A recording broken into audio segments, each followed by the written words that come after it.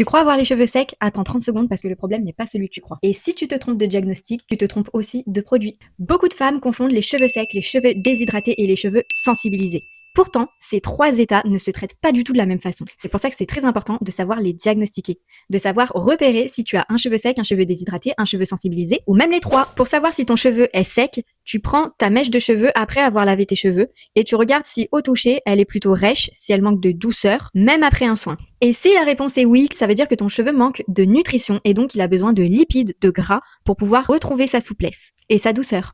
Test numéro 2 pour savoir si tes cheveux sont déshydratés. Le cheveu déshydraté, en général, après le shampoing ou le masque, tu trouves que tu as des cheveux beaux, mais 2 ou 3 jours après, tu trouves que tes cheveux deviennent ternes, ils ont plus de frisottis, ils deviennent électriques et aussi ils peuvent mousser. Tu vois l'impression des cheveux mousseux, qu'on dirait que tu as de la mousse, bah c'est souvent parce qu'ils sont déshydratés. Et qui dit des cheveux déshydratés, dit qu'ils manquent d'hydratation, donc ils ont besoin d'eau. Donc c'est important d'utiliser des produits avec des actifs hydratants et des soins qui vont retenir l'eau dans la fibre.